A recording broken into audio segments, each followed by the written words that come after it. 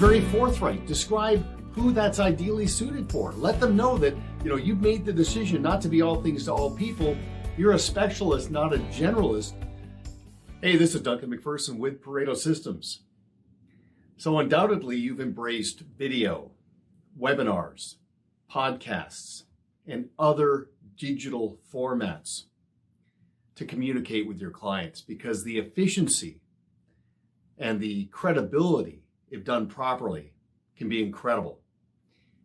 It enables you to be in touch virtually while you're out of reach physically. Okay, but this can serve you now and well into the future if you take this very, very seriously. So I want you to expand your thinking around the addressable audiences for your video, because it can be an incredible business development driver. So think of the starting point of your existing clients that are on the verge of advocacy. Okay?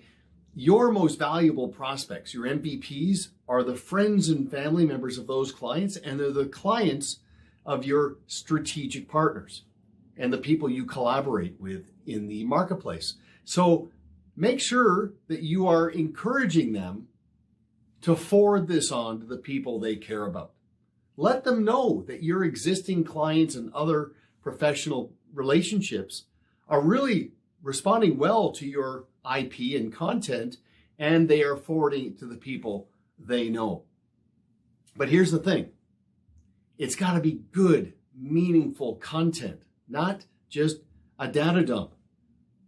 If it's going to be value added, it has to be something they actually value. So you really have to put some thought into this.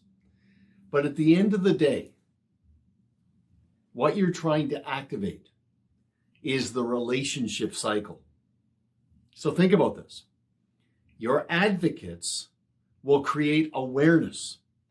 Once a prospective client is aware of you, you want them to move them through the cycle from awareness to interest to trust to action, so that they ultimately will become advocates themselves and keep the cycle turning. So let's just break this down quickly.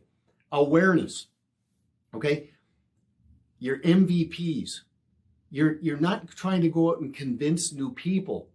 Work with the people already convinced. Show them how to convince people on your behalf, beyond an endorsement, but to an actual introduction, because their persuasive impact will be far greater. From there is interest. Your video content, you're trying to activate the contrast principle. Many people have these nagging doubts and are aware of their unmet needs that exist because of the episode we're in. Let that serve you. Then move to trust. You've heard the expression, for you to get hired, someone's got to get fired, but they need to come to their own conclusions.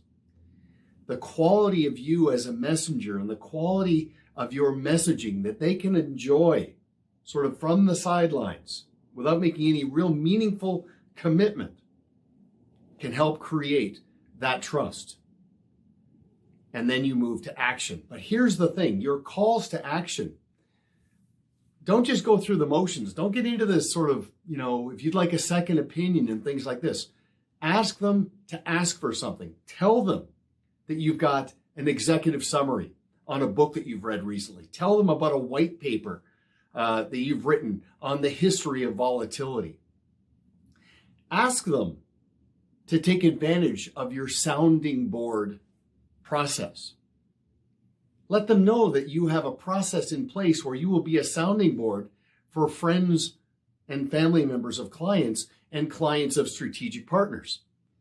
Be very forthright. Describe who that's ideally suited for. Let them know that, you've made the decision not to be all things to all people. You're a specialist, not a generalist. The people who are really gravitating toward your process are successful business owners, professionals, and executives, because of the complex array of needs they have now and in the future that align with your expertise and your process. And then describe with meaningful specifics around what happens when you speak to a friend or a family member of a client. Just simply say to them, look, If you are connected to a client of mine, you do not need to become a client to take advantage of the sounding board process. One of two things will always happen.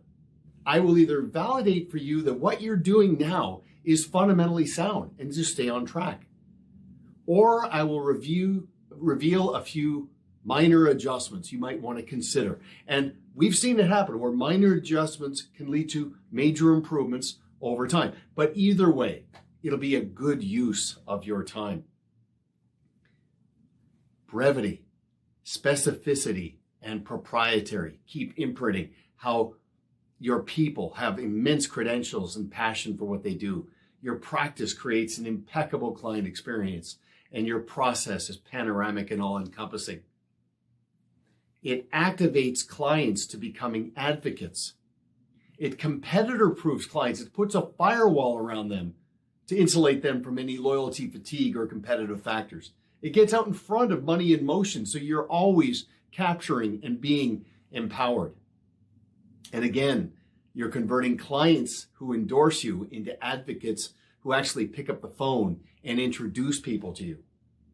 So be very intentional and very mindful about the video that you create and that other IP, the credibility if done properly, and the applications to social and digital, and just the ability to emerge as this advisor of the future is unrivaled.